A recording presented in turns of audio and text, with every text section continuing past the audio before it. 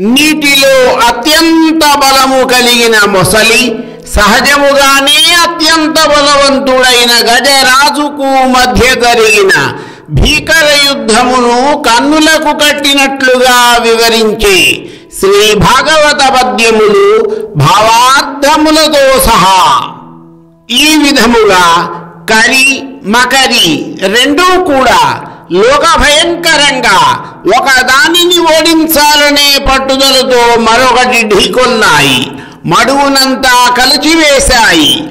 వాటి తాకిడికి ఆ నీళ్లలో బుడబుడ బుగబుగామనే శబ్దాలు చెలరేగాయి. నీటి నురగలు ఆకాశాన్ని తాకుతున్నాయి. అవి రెండు ఎడతెరిపి లేకుండా ముట్టలతో తాకుతూ తలలు బద్దలయ్యేలా నెత్తురులు కారేలా వాడి పండ్లతో పొడుచుకున్నాయి. ఆ నీళ్ల తాకిడికి మొసళ్ళు, తావేళ్లు, పీతలు, చేపలు, కప్పలు మొదలైన జలచరములు మరణించాయి.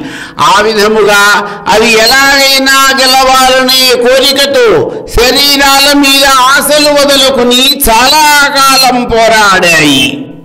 జీవనంబుదనకు జీవనంబయ్యుంట అలవు జలమునంతకంతకెక్కి మకరమొప్పే డస్సె మత్తే భమల్లంబు బహుళ పక్ష సీత భానుపగిది. మొసలికి స్వస్థలము దాని బ్రతుకు తెరువు జలమే కదా. అందుకని నీటిలో ఉన్న మొసలికి క్రమంగా బలము పట్టుదల పెరిగాయి. కానీ గజరాజు కృష్ణపక్ష చంద్రుని వలె తన బలమును క్రమముగా కోల్పోసాగాడు.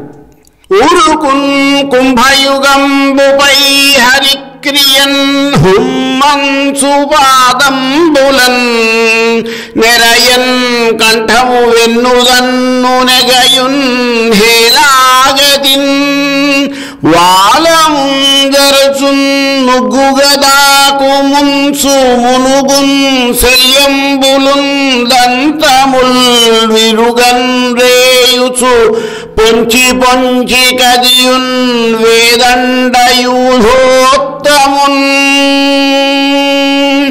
మొసలి హుంకరించి ఒక్క ఊపులో గజేంద్రుని కుంభస్థలంపైకి ఎగురుతోంది. పాదాల మధ్య దూరి గిరగిరా తిరుగుతోంది. సులువుగా ఎగిరి ఏనుగుతో కొరుకుతోంది. నీళ్లలో ముంచుతోంది. తాను మునుగుతోంది. దాక్కుని మరీ దాడి చేస్తోంది. ఏనుగు దంతాలు విరిగేలా కొడుతోంది. పొడగానంబడకుండడాగు వెలికింబో వంగతానడ్డమై పొడజూపున్ జరణంబులం బెనగున్ పోరాకరారాక బెగ్గడిలంగూలగదాచు లేచుదరినుద్ఘాటించు లంఘించు బల్వి జీరుందలగున్ మలంగులొడియున్ వేధించు క్రోధించుచున్. కరిరాజు నీళ్లలో దాగి ఉంటుంది. ఏనుగు గట్టుపైకి వెళుతుంటే మళ్లీ కనబడి కాళ్లకు చుట్టుకుపోతోంది. అటు ఇటు కదలకుండా చేసి భయం కలిగేలా తోకతో కొడుతోంది. అంతలోనే మళ్లీ చటుక్కున తప్పుకుంటుంది. గోళ్లతో గీరుతోంది. మరికొన్ని పద్యములు వాటి భావార్థములు నా తదుపరి వీడియోలో.